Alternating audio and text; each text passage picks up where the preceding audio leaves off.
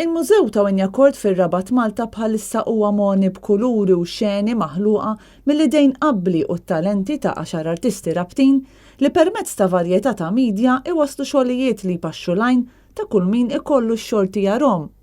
Net News ħal kummenti ta' uħud minn dawn l-artisti. Matthew Kassar jesprimi l-passjoni li għandu lejn il-baħar permezz tal-pinsell. Jisperani li żjed il-baħar jiena.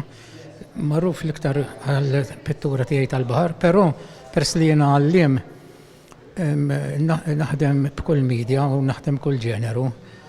Bissa lija l-baħar jaffaxxinani.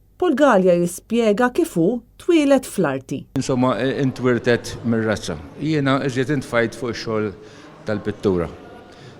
Il-pittura li għandi hawn bħalissa huma l-aħħar mill-ftit li għamilt reċenti u huma kollha sperati minn ambjent rabti. L-imħabba għall-arkeoloġija tispira l-arti ta' Lewis Qasa, artist rabti ieħor. Bħal kol artist ieħor l-iktar ħaġa li tinfluwenzak hija in-natura l-ambjent ta' madwarek. Kull bniedem, kull artista għandu l-individwalità tiegħu u jien minn barra in-natura interessani wkoll l-arkeoloġija. Xogħol mill-isbaħ ta' Robert Galja juri figura fuq is-salib. Jiena nħobb ħafna l-figura umana, naħdem ukoll l-astratt.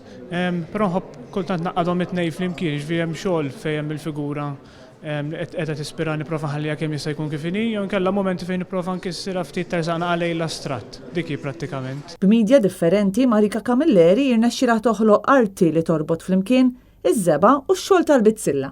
Jiena żviluppajt il-bizzilla Maltija bħala forma ta' arti.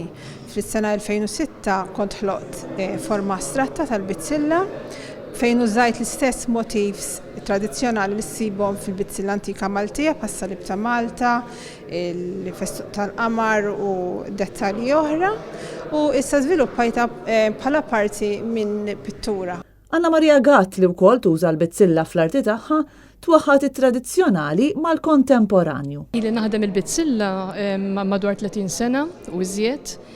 Dejma affaxxinatni l-bizzilla l-antika u kif tinħadem it-teknika tradizzjonali, però fl-istess ħin ma nistgħux nifqu hemmhekk. Iridu nimxu iktar għal stil modern u kontemporanju. Permezz tal-pinsellu żeba Darren Dijkstra jieħu lil min jammira x-xogħol tiegħu f'realtà differenti. I love color. And also it has to be the right scene and something that you can just that really draws the eye. But for me, like with this Tuscany, the colors were so vibrant. It's something that really I'm attracted to, you know. So that would be one of the main things that I always look at when I'm painting. Din l-eżibizzjoni hija miftuħa sa 8 ta' Lulju fil-Mużew ta' Wignacourt fir-Rabat.